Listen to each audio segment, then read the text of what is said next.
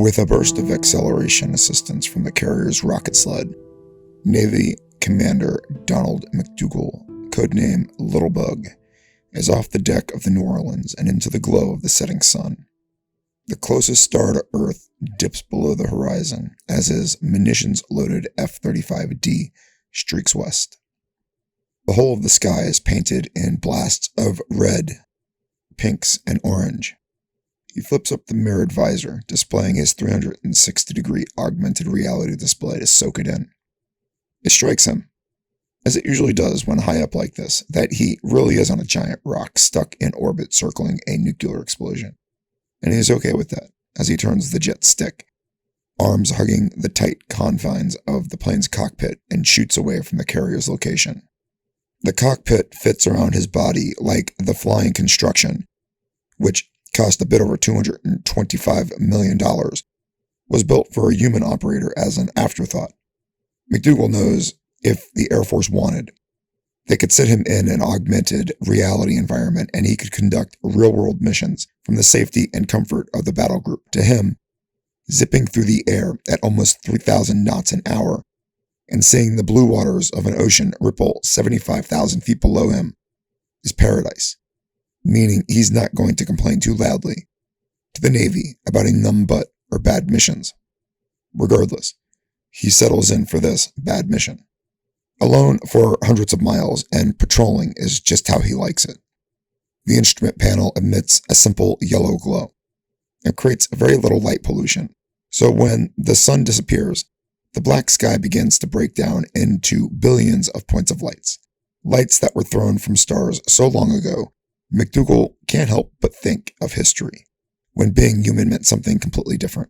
He allows his mind to cycle through images of galaxies and nebulas and black holes he has glimpsed throughout his life. Being interested in what's beyond Earth's blue skies, as a younger man had him longing for the astronaut program. But the politics of a moon base versus a Mars base almost shut the whole program down before he got a chance. NASA money is used for more important things, like killing bad guys. And nowadays, new spacer classes are far and few between. Plus, now they're used as little more than satellite repair techs who spend long hours in EVA suits. When there was a class, it was never the right time. Now, not only was he an old flyboy, but an old flyboy content flying missions over the Pacific, counting the days until he retires. After this deployment, when the flight wing rotates home, he will begin gearing down after almost 30 years in uniform. But that's later. The name of tonight's game is stealth and recon. He slides a smart visor of his helm over his face and settles into the augmented reality that goes from pitch-black star-filled sky to bright blue of a perfect day.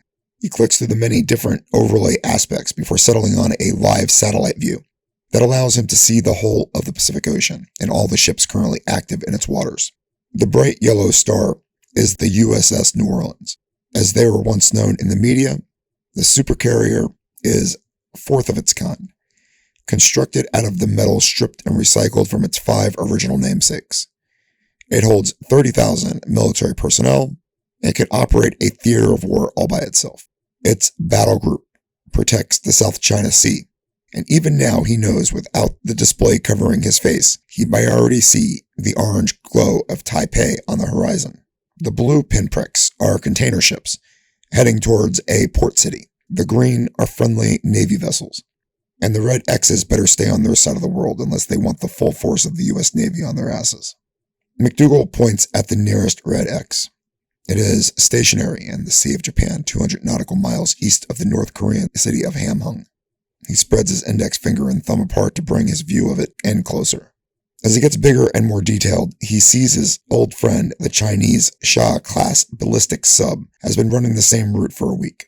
The sub goes out, graces the Japanese maritime border, then circles back to North Korea.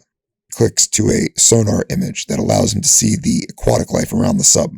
The fish seem relaxed, which means the sub hasn't been active for a few hours. He's not worried, but really it's not up to him, and the sub is not his mission. He taps the icon in his augmented reality that brings up a messaging window and types out a secure missive detailing the sub's location and activity. He edits the message and taps the floating send button. The message disappears. He glances over the HUD, searching for the other ballistic sub that has been flirting with entering the Pacific. He doesn't see it, but does see a streaking white dot heading right towards him. The dot is there, then not. He flips his visor up, expecting the pitch of black of non-augmented, but instead, his balls disappear into his body as he screams, "Holy fuck," clenching for impact and instant death. His teeth hurt from biting down. He bears down and waits far longer than the impact would have taken and wonders if death has grabbed him, and the transition is so subtle, he is now on the other side.